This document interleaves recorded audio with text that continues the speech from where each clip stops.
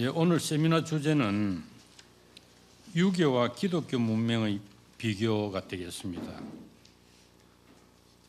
특히 이제 그 대표적인 두 인물, 유교의 좌광두와 또 기독교 문명의 토마스 모어의 신앙과 삶에 나타난 초월 지평을 통해서 유교와 기독교 문명을 비교하는 그런 주제가 되겠습니다.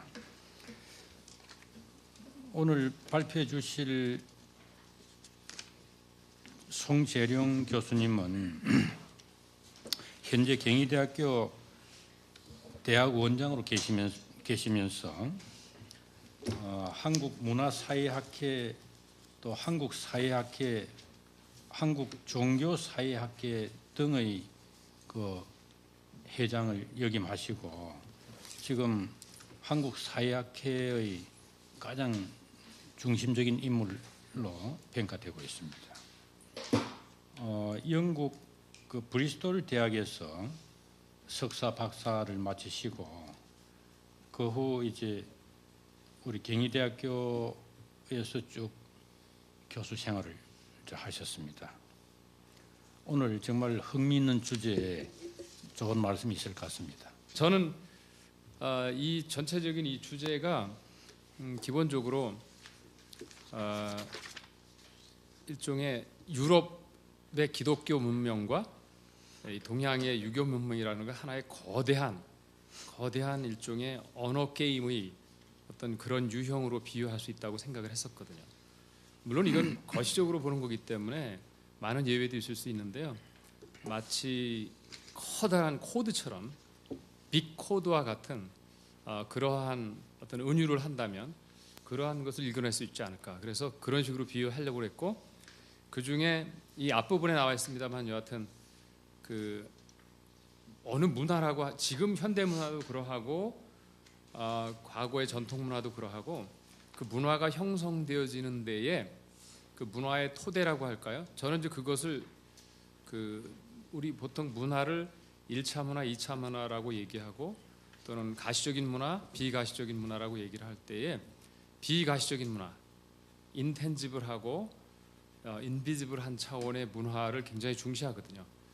눈에 보이지 않지만 그것이 1차 문화, 눈에 보이는 문화를 마치 그 영화 감독이 PD 역할을 하듯이 그 눈에 보이지 않는 문화의 차원이 실제적으로 눈에 보이는 뭐 의복의 문화, 뭐 주거 문화, 뭐 음식 문화 이런 것들을 이 프로그래밍한다 하는 그런 차원으로 생각하고 있습니다. 그래서 그런 의미에서 볼 때 종교라고 하는 차원이 문화 형성의 토대를 이루는 가장 중요한 차원이다 이렇게 보고 있습니다. 그래서 그런 것을 보기 때문에 문화 언어적인 저의 관점을 가지고 보려고 하고 있습니다. 첫 번째가 문명과 종교, 이제 유교 문명과 기독교 문명을 할 때에 왜 종교와 연관되느냐를 볼 때에 저희 첫 번째 저의 전망이 이 보통 뭐 인류학이나 사회학에서 얘기할 때 문명과 문화를 비교하면은 문명은 한동안은 그 모더나이제이션, 근대화가 이루어지는 그런 시점에 있어서는 문명은 마치 개화되어진 어떤 것, 그 전근대적으로부터 근대화되어진 어떤 것을 비유하는 것을 쓰여진 경향이 있었는데요. 사실은 본래적인 개념으로 보면 그렇지 않은 걸로 알고 있습니다만, 그런데 저는 이 문명을 이해할 때에 보통 뭐 서양 문명, 동양 문명이라고 얘기할 때에 보다 더 우리가 학문적으로 이해할 수 있는 개념으로 가기 위해서는 문화라고 하는 개념에 더 천착해야 된다 이렇게 생각을 했고요. 그래서 문명이라는 것을 생각할 때에 그 문명을 구성하고 있는 문화의 차원을 분명히 우리가 이해할 필요성이 있다. 그래서 첫 번째 타일러라든지 잉글리스나, 이 타일러는 뭐 옛날 19세기 20세기 걸쳐 사는 분인데, 이런 분들의 경우도 보면 그 원시 문화라든지 지금 현재 살아있는 데이비드 잉글리스나 또 해리슨이나 헌팅턴과 같은 최근에 컬처 매터즈라고 하는 저서를 냈던 사람들의 그 문화에 대한 개념이 서로 관통하고 있는 것들이 보게 되면 굉장히 거시적인 층입니다. Way of life, 뭐 entire society라든지, 그 다음에 여기도 보게 되면 patterns of ideas, values, and belief common to the particular groups of people, 뭐 이런 way of thinking and feeling. 이들의 그 문화적 이해의 전망을 그대로 이어받고 있는 약간 보수주의적인 색채를 드러내고 있는 해리슨이나 헌팅턴 같은 경우에도 Culture Matters라는 데에서 Culture is the entire way of life of society에서 그 사회가 가지고 있는 그 총체적인 삶의 방법 이런 부분들을 다 총칭해서 문화라고 볼 수 있겠다 이제 이렇게 얘기를 하고 있습니다. 그래서 저는 이제 기본적으로 문명을 생각할 때 문화를 이런 식으로 보는 사람들의 입장을 견지하고 있다라는 것을 말씀드리고요. 이제 그래서 결국은 문명을 이해할 때 문화가 우리가 얼핏 상식적으로 알고 있는 문명의 개념보다는 더 큰 개념으로 우리가 바라볼 수 있을 것 같습니다. 큰 개념이고 보다 더 구체적으로 이해하기가 쉬운 그런 개념으로 보고요. 그래서 아까 말씀드렸듯이 제가 보는 것은 무형문화의 측면을 봅니다. 그래서 문화의 내용을 형성하는 신념이나 사고, 가치, 규범 등 이것이 눈에 보이지는 않지만 실제 우리가 눈에 볼 수 있는 가시적인 문화를 프로그래밍하고 그것을 포밍하는 그런 역할을 한다고 하기 때문에 저의 입장은 이제 이 무형문화의 측면을 보고 있는 그런 전망이 있고요. 두 번째는 이제 어떻게 그러면 문명과 종교가 연관되는가?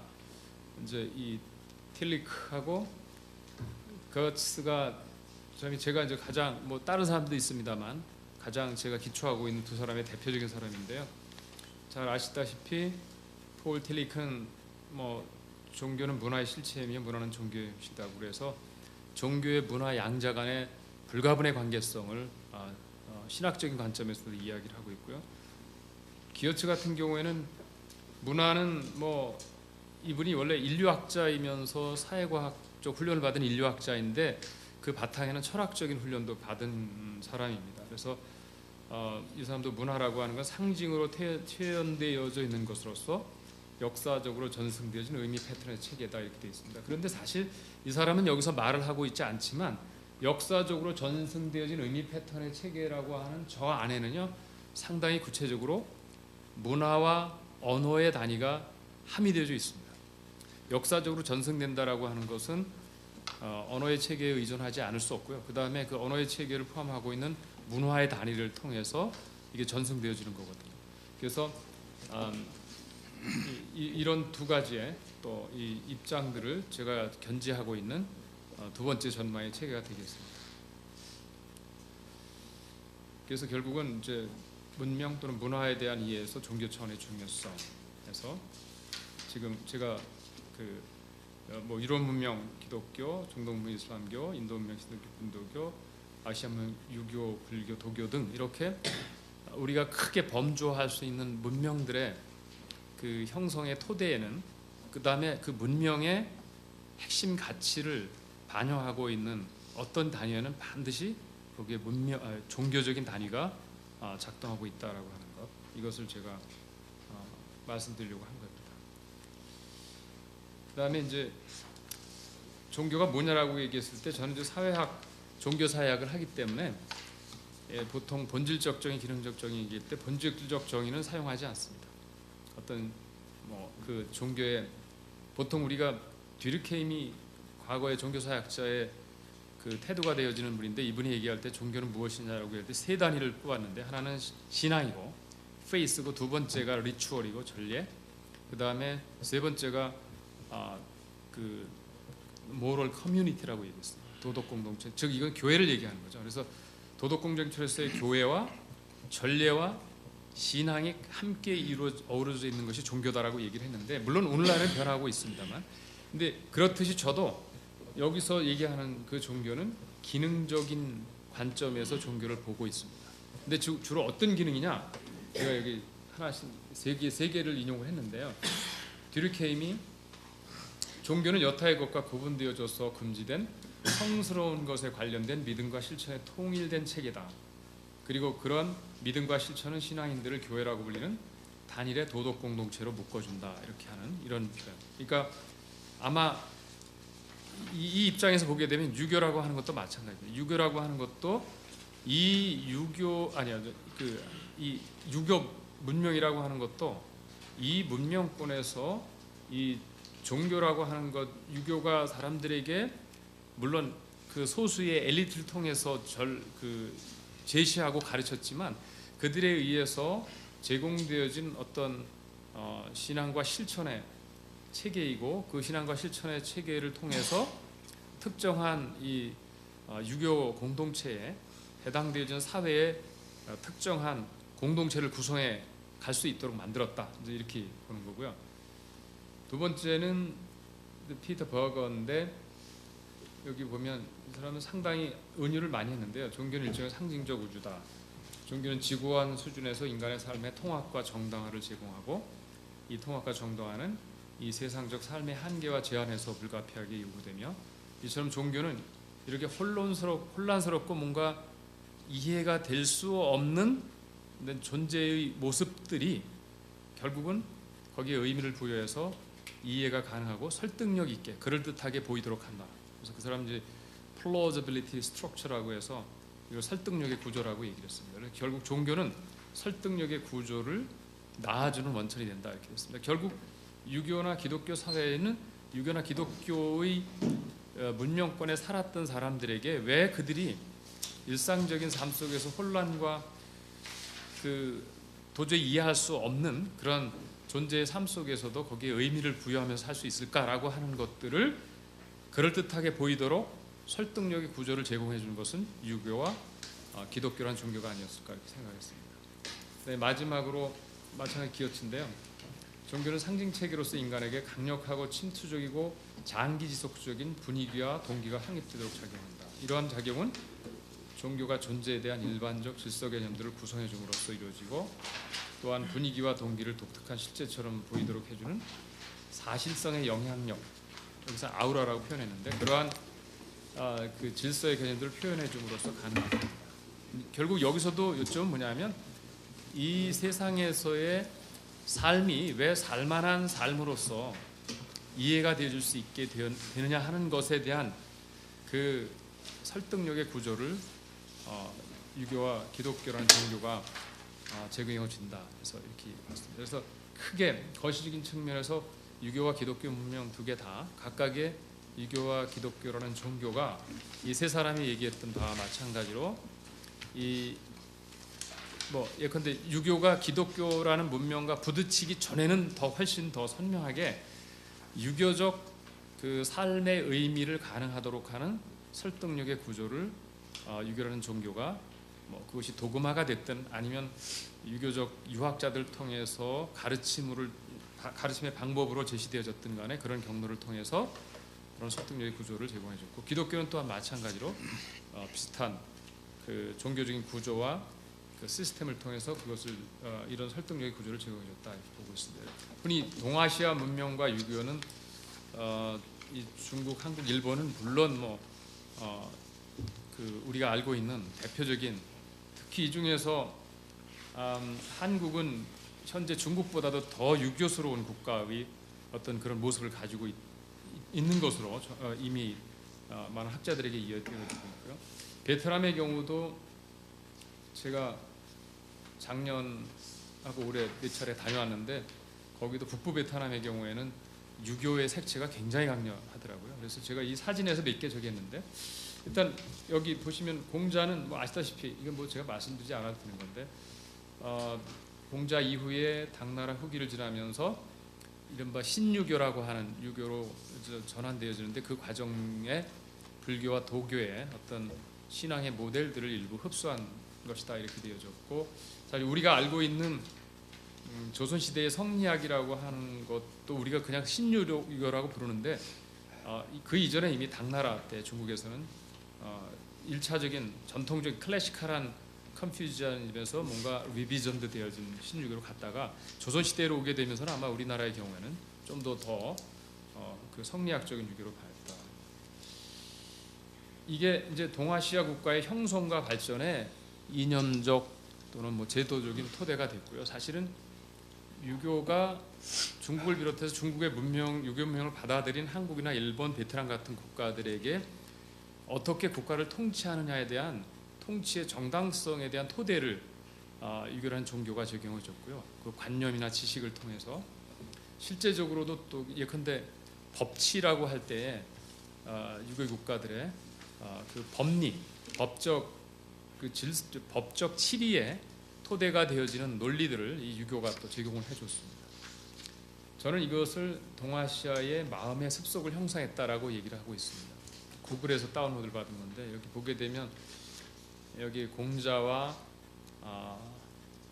노자와 그다음에 시다르타가 셋이 있는데 이 술독에 있는 술 맛을 찍어서 보면서 얼굴 표정을 찡그리는데 여기 보시게 되면은 그 공자는 약간 시큼한 맛, 신 거를 먹으면서 얼굴에 시큼한 그런 맛을 띠고 있고 시다르타는 약간 쓴 맛을 먹은 듯한 그런 표정 짓고 있고 노자는 약간 해피한 표정을 졌다. 그런데 이게 즉 결국 뭐냐면 세 사람 다 이 세상을 어떻게 보고 있는지에 대한 시각을 그대로 표현하고 있는 겁니다. 그러니까 노자는 뭐 알다시피 무의자연설과 같이 있는 기존의 자연에 맞춰서 우리가 스스로 조화롭게 살아야 될 것을 강조했다는 측면에서 이 세상이 그렇게 못쓸 세상이고 바뀌어져야 될 세상은 아니었죠. 불교는 뭐 알다시피 사해가 고다라고 얘기했듯이 이 살아있는 삶 인연 자체가 고통스럽다는 의미에서 이런 씁쓸한 표정을 짓고 공자는 뭔가 의미가 담겨져 있지만 이 의미는 뭔가 변형해야 되겠다라고 하는 그런 의미에서 신맛을 따라고 이렇게 이해할 수 있습니다. 그래서 결국 그 공자는 뭔가 이 현실 세계에 개입을 해서 뭔가 어떤 규정이나 룰을 가지고 이 세상을 뭔가 보다 더 합리적으로 변형시켜서 이끌어갈 필요성 이런 것들을 얘기했다는 거죠. 이 불교나 도교는 또 다른 이런 게 있었고요. 유교의 핵심 덕목은 제가 아는 한은 이내예지시는 뭐 다 아시는 거고 충과 효인데 이 저는 흔히 우리가 알고 있는 효와 충의 의미가 이게 굉장히 이 안에 많은 심각한 의미를 내포하고 있다고 생각하는데 특히 효의 경우에는 단지 부모에 대한 어떤 존중과 존경, 봉양의 의미보다는 이 안에는 사실은 특히 종법 체계 장자의 계열로서부터 이어져 내려가게 되는 피와 뼈에 대한 절대적인 중요성 이런 부분이 담겨져 있습니다. 이 안에 사실은 가부장주의도 담겨 있고 혈연에 대한 집착도 담겨져 있고요. 그래서 단지 효라고 하는 개념, 자기 가족의 부모나 연장자에 대해서 존중과 존경을 표현하는 개념은 기본 피상적인 것이고 그 안에 혈연에 대한 집착 그리고 그 혈연에 대한 집착이 유사 혈연적인 관계로까지 이렇게 유사 단계적으로 확장되어 들어가는 과정 이 부분이 저는 더 심각하다고 생각하고 있습니다.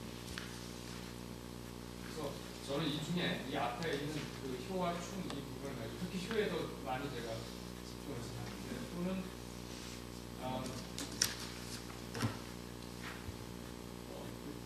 예비나 효경 같은 데 나와있듯이 부모와 조상에 대한 존중, 우리에 대한 공경, 장자주식, 희난주의 그래서 종법체계라든지 그다음에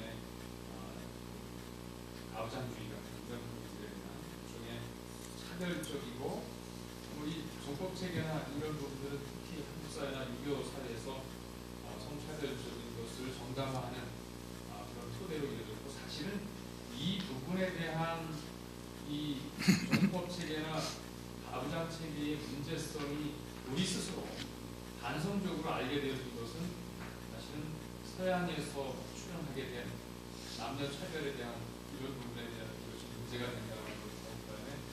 그래서 우리 스스로는 사실은 저는 항상 보통 유교 문명의 그 심각한 문제성을 오늘날 얘기할 때 이게 좀 다른 얘기다만 제가 필히 좀 간단히 우리가 이미 그 턴 오브 더 센처리 그러니까 19세기 20세기를 가르는 그 경계선상에서 보다 더 적극적인 의미의 서유럽의 기독교적인 문명과 조우하게 되면서 받았던 당시의 엄청난 충격을 사실 우리 잊어버렸습니다.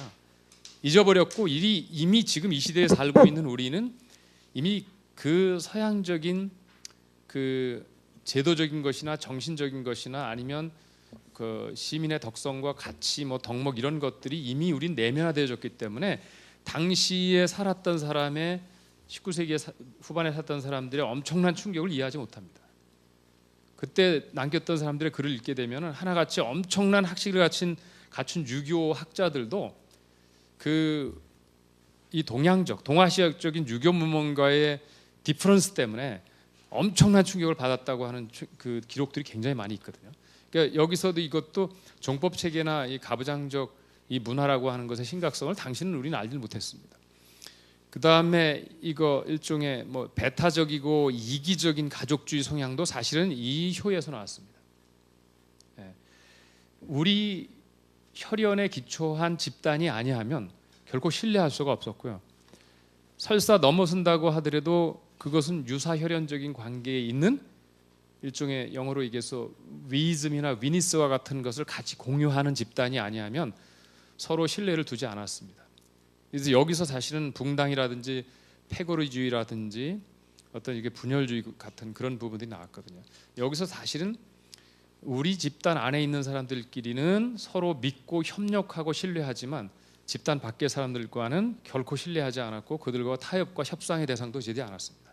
결국 이것은 사회 전체를 볼 때, 그러니까 불특정한 다수의 사람들과 같이 공존해야 하는 사회 입장에서 볼 때는 특정한 혈연 중심의 집단성을 강조한다는 것은 결국은 전체 사회가 견지하고 준수해야 할 추상적인 도덕적인 규범을 우리 스스로 준수하지 못한다는 의미에서 굉장히 무도덕적인 아모럴 같은 그런 경향을 가지고 있었고, 따라서 사회 전체 입장에서 볼 때는 저신뢰의 어떤 상태에 빠졌습니다. 그러니까 내가 속해 있는 집단 안에서는 고도의 신뢰 사회지만 그 집단 밖에 집단의 울타리나 경계를 넘어서서의 다른 집단과의 관계에서는 신뢰가 형성되지 못했습니다. 이것이 나중에는 유사가족주의적인 경향 이런 걸로 나왔고, 여기 뭐 리저널 지역주의라든지 뭐 재반 사회관계 뭐 그다음에 여기 뭐 사연이라고 하죠. 군연, 사연, 뭐 학연 이런 것들을 제가 써보는 겁니다. 요즘엔 네트연이라는 것도 있습니다. 이 충이라고 하는 것도 결국은 이 앞에서 얘기한 효의 관념에 복속되어지게 되면서 충성스러움이라고 하는 것, 그것보다 더 강력하게 자기가 속해 있는 조직 속에서의 일종 상징적인 부에 대한 충성 같은 것, 이런 것으로 이제 전환되어졌죠. 오륜이 나와 있는데 여기 뭐 군신유의, 부자유친, 부부유별, 장유유서, 이것은 이 각각의 덕목 각각에 대한 기술적인 이해보다 더 중요한 것은 사실은 이 5개의 그 컨스탄트 릴레이션십에 대한 이 룰이 결국은 우리에게 일종의 굉장히 하이어라키라고 하는 것, 이 세상 속에서의 하이어라키를, 위계를 있는 그대로 존중해야 할 것, 이것을 대전제로 삼을 수밖에 없었다. 그러니까 어떤 기존의 그것이 어떻게 됐든 간에 기존의 이 사회의 하나의 하이어라키로 구축되어진 것에 대해서는 그것에 도전하고 그것을 비판하고 해서 그것을 넘을 수 있는 그런 정당성의 근거를 가질 수가 없었어요, 이 안에서는. 그래서 오히려 이 오륜 자체가 규정하고 있는 뭐 특히 부흥유신 같은 거 뭐 이건 전혀 문제가 없는 것 같죠. 장유유서 같은 것도 그렇고. 그러나 이 안에는 이미 우리가 넘어야 함에도 불구하고 넘을 수가 없는 이 하이어라키칼 오더 같은 것들이 강력하게 작동하게 되면서 이 안에는 많은 차별적인 요소들이 있음에도 불구하고 그걸 넘어서지 못했다. 이 부분은 이제 11세기, 12세기까지의 기독교가 어떻게 확산된 건데, 점으로 되어진 것은 이제 그 기독교가 그 지역적으로 굉장히 특성화되어졌던 것이고, 요것이 이제 7세기경에 가서는 이 점선의 경우로 이렇게 점에서 선으로 이렇게 면으로 넓어지게 되고, 그 다음에는 이제 11세기까지 와서는 이게 실선, 붉은 선으로 된 것처럼 이렇게 넓게 확장되어졌다. 그래서 거의 유럽 전역을 저기 있었고,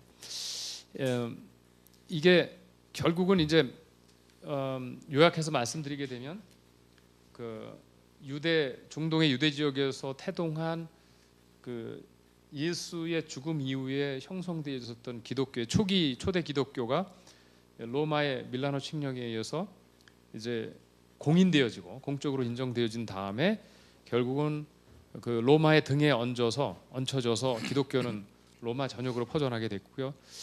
그 전역으로 퍼져나가게 된 그런 동인들의 많은 그 요인들은 이게 여기 보면 수도사들과 수도원 운동을 통해서 가능했다고 했습니다. 그 폴 존슨이 쓴 2000년의 정신이라는 기독교 책을 보게 되면 거기에 기독교에 대한 굉장히 비판적인 시각들이 많이 들어가 있거든요. 물론 그 사실이고요. 근데 사실은 그 사실적인 측면과 동시에 지금 시각에서 볼 때 비판받아 마땅한 그런 극히 비인간적이고 비윤리적인 그런 기독교적인 미셔너리 운동들 속에는 또 다른 한편으로 보게 되면 우리가 지금 볼 때 굉장히 거룩하고 헌신적인 그런 이 그 선교적인 노력들이 또한 있었습니다. 이제 16세기 종교개혁 이후 콜럼버스와 마젤란 이후에 항해 시대가 만들어졌고 그 항해 시대와 그 5대양 6대주를 그 원거리 항해를 통해 가지고 이 기독교가 같이 그 대항해 시대와 더불어서 전 세계로 확산되어졌고 사실은 그때 이제 그 포르투갈이나 스페인 그 신부들을 통해 가지고 기독교가 우리 일본과 일본 그 이전에 물론 중국까지 왔지만 필리핀 이런 데까지 넓혀지게 됐습니다. 그래서 결국 이제 지금 현재 2010년 현재 보게 되면 전 세계에 사실은 기독교가 없는 것이었습니다. 여기 보면 이제 그 밀도를 해놨는데요. 여기 보게 되면 뭐 중국이 가장 10개 나왔지만은 중국은 지금 그 기독교를 믿는 인구가 공식적인 건 정확히는 없지만은 한 5, 6년 정도 되면 1000만 정도 될 거다 그런 얘기를 하더라고요. 그 종교계에 있는 분들이. 그러니까 기독교 핵심 가치의 덕목은 세상의 창조와 구원, 이게 신의 초월적인 위격을 나타냈고요. 그 어떤 불교나 힌두교나 이런 종교와 비교할 때 가장 강력하게 인간 세상과 전적으로 차원적으로 구별되어지는 어떤 존재에 대한 것을 전제하고 있고, 그래서 그 여기는 신에 대한 초월적 위격, 그 캐피털 G로 써서 하느님에 대한 초월적 위격과 그다음에 불멸의 신앙, 메시아 및 속죄 신앙, 속죄사상, 세상의 경계와 법을 초월하는 불멸지향의 신앙이 있습니다. 그다음에 세상권, 이 세상을 치유의 대상으로 봤습니다. 특히 그 노장자와 같은 그런 식의 무의자연설과 같은 것이 아니고 이 세상은 분명히 죄악으로 물든 세상이기 때문에 치유해야 된다라고 하는 사상이 있었습니다. 종교개혁 이전에 캐톨릭에는 이런 부분들이 덜 나타난 것 같지만 사실은 내용을 보게 되면 이 안에도 캐톨릭적인 삶 속에도 이 세상은 악한 것이기 때문에 이 세상에 가치는 두어서는 안 된다고 그렇게 이야기를 했지만 동시에 이 세상은 악하기 때문에 이 세상에 물들어서는 안 된다. 이 얘기는 결국 그 안에 이 세상의 기존의 질서들을 배격하고 그 질서들과 같이 협력하지 않아야 될 필요성, 따라서 개선해야 될 필요성을 얘기를 했었습니다. 이 유교의 목표는 자연과 세계의 합리적 적응이고 조화로운 사회를 구축하는 것이고, 기독교의 경우는 신을 경외하고 그 계명을 지키는 것이고, 예수의 신앙을 따라 복음을 전파하여 불신앙인들을 구원하는 것이고, 이 세상을 악의 세상으로부터 회개를 통해서 변혁시키는 것이다. 성직자는 관료 계층이었고 여기는 사제, 주교, 수도자, 목사, 수녀 등 이렇게 다양하게 있고요. 경전은 노노, 맹자, 주역, 중용 등 주요 관료 지식인 계층의 전유물이었고, 신구약 성경 초기 성자 계층의 전유였다가 인쇄술을 통해서 종교개혁을 통해서 대중이 전유가 가능하게 되었습니다. 이 양쪽을 이 경전과 경전의 가르침을 어떻게 내면화시키느냐 하는 과정을 보게 되면 양 종교의 특징이, 여기는 non-construable, 이해하기가 쉽지 않아요. 이게 쉽게 이해할 수 없다. 그 다음에 non-followable, 따라서 그것을 추종하고 쫓아서 준수하기가 어렵다. 그 다음엔 일상 속에, 삶 속에 이 부분이 녹아 들어가기가 참 힘들었다는데, 기독교의 경우에는 그것이 이해가 가능하고 followable 하고 그 다음에 헤비터블 하게 되어졌다. 특히 구텐베르크의 인쇄실 이후에는 이 기독교라고 하는 종교의 가르침과 덕목은 일상 사람들이 예컨대 일주일에 한 번씩 교회에 참여해서 예배를 드리고 성직자 얘기를 듣고 그 다음에 집안에 비치하고 있는 성경을 끊임없이 독해하고 읽고 같이 토론하는 성경 공부를 통해서도 그렇고, 그 다음에 시시때때로 언제든지 기도하고 하는 방법을 통해 가지고 기독교의 가치나 덕목을 끊임없이 내면화하게 하는 그런 실전적인 측면에서도 유교와는 굉장히 크게 구별이 되어지고 그것이 굉장히 특기할 만한 사건이고 아마도 기독교라고 하는 종교가 유럽의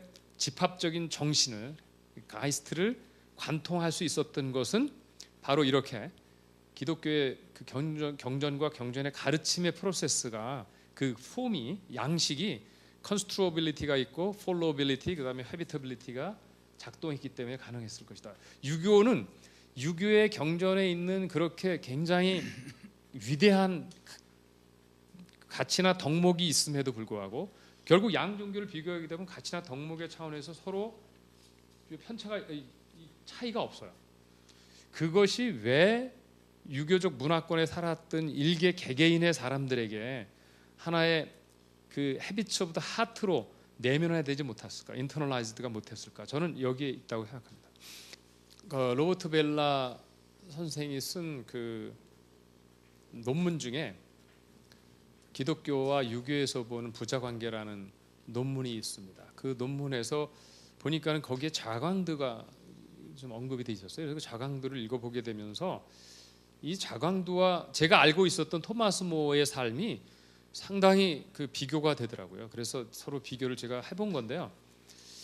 결국은 이 두 사람이 그 비극적 삶이 너무너무 같아요. 이 플롯이 너무 같아요. 자광두는 명말 때에 이 사람이 감찰관으로 여기 신종, 광종, 희종 정말 형편없는 황제들이었는데 이 사람들을 다 보위했어요. 보필했는데 특히 이 희종이라는 사람은 이 사람 주유교 본명이 주유교인데 이 주유교는 나이 어릴 때 황제가 됐는데 이 사람이 취미가 뭐냐면 목공이었어요. 그래서 그 환관들한테 그 통치를 다 맡겨버리고 자기는 뒷뜰 가가지고 목공만 했어요. 뭐 이 궁궐도 축소해가지고 집도 줘보고 뭐 그거 사람들 보여주고 평가도 받아보고 뭐 막 그랬거든요.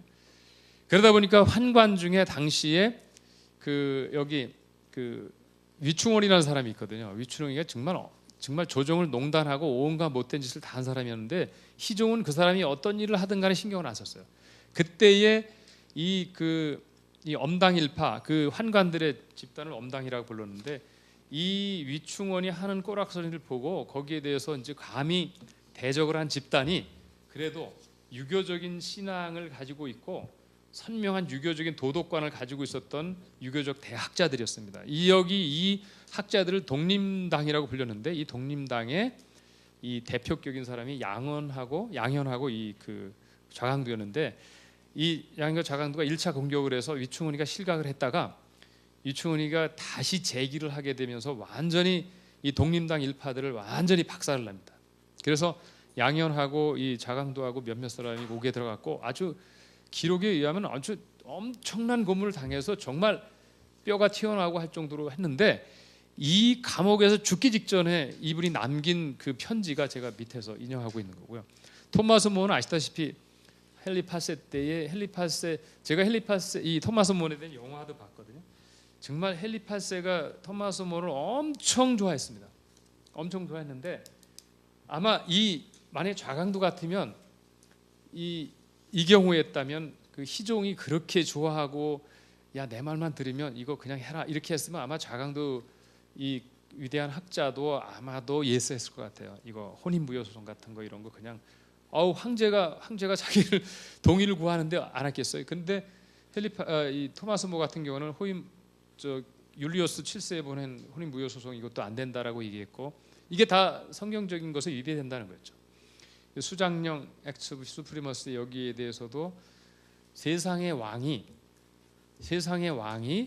신에 관한 권한을 대표할 수 없다라는 그 이유 때문에 철저히 반대했고 제가 보기에는 헨리 8세가 사람을 시켜가지고 런던 탑에 갇혀 있는 토마스 모를 수차례 사람을 보내서 그저 마음에 안 들어도 그냥 예스만 형식적으로 해라 그러면 풀어준다라고 얘기를 했는데 이 사람은 신앙의 양심을 걸고 결코 예스를 하지 않았습니다. 이 좌광두 선생은 정말 험악하게 돌아갔고요. 모진 고문을 당하고 이 토마스 모어는 그래도 품격 있게 그 런던 탑에 갇혀 있으면서 그래도 그 안에서는 자유롭게 하고 결국 나중에 이제 도끼식 단두대 있죠. 그걸로 해서 돌아가셨는데 결국 이제 토마스 초월 지평인데 여기 보면 이 참혹한 죽음이 이견되는 상황에서도 자신들의 신앙적 양심과 이 그 고결한 판단에 따라서 결국 그 수용하지 않고 해서 죽었고 결국은 이렇게 자신들의 입장을 단호하게 그 내세우고 그걸 그 거둬들이지 않았던 것은 그들이 믿었던 가치 평가적 틀 구조 각각이 그들이 믿었던 신앙의 초월적 지평의 양식을 반영하고 있는 것이다. 이렇게 됐고 자광두가 자기 아들에게 주는 편지 두 편인데 너무 극적이라서 제가 이건 했는데요. 여기 보게 되면 정말 뼈가 부서지고 피투성인데 여기서도 보게 되면은 부모와 효도하고 자식들의 비화는 아비가 되지 못했고 군주에 대한 충심으로 이렇게 했다. 이게 이 몸이 군주의 것이고 부모의 것이고 내 것이니 내가 죽음을 사용할 권리가 있겠는가. 이게 다 한 가지 황체는 한이 있다면 전하에게 마음을 다해 보필하지 못하고 부모와 마지막 인사를 나누다. 결국은 위충원의 간계에 속아서 희종이 쟤 죽여라 라고 이렇게 명을 내린 그 희종임에도 불구하고 그 희종에 대한 충성심이 변함이 없습니다. 이 유교에서의 그 종교라고 하는 것은 그 의디푸스적인 부의 위격 그 자체 안에 그대로 갖춰져 있고요. 기독교 같은 경우에는 이 토마스 모의 삶에서 나와 있듯이 의디푸스적인 그런 그 틀 구조의 북격의 위를 완전히 뛰어넘는 초월의 격을 가지고 있어요. 계몽주의 이후로 시기적으로 17, 18세기 이후로부터 이 그 전 세계가 서구에서 연원한 의식의 시스템이라든지 아니면 제도적인 시스템이 확산되어지게 되면서 동아시아 문명도 서서히 서양적인 그런 것들로 서서히 산업화되어지고 근대화되어지고 제도화되어지는 과정, 이 과정을 봤을 때는 틀림없이 이 그 유교적 언어 게임, 유교적 삶의 유형은 기독교적인 삶의 언어 게임, 기독적인 삶의 유형에 의해서 디피트가 됐다. 패배의 국면을 가고 있었다라고 보고 있습니다.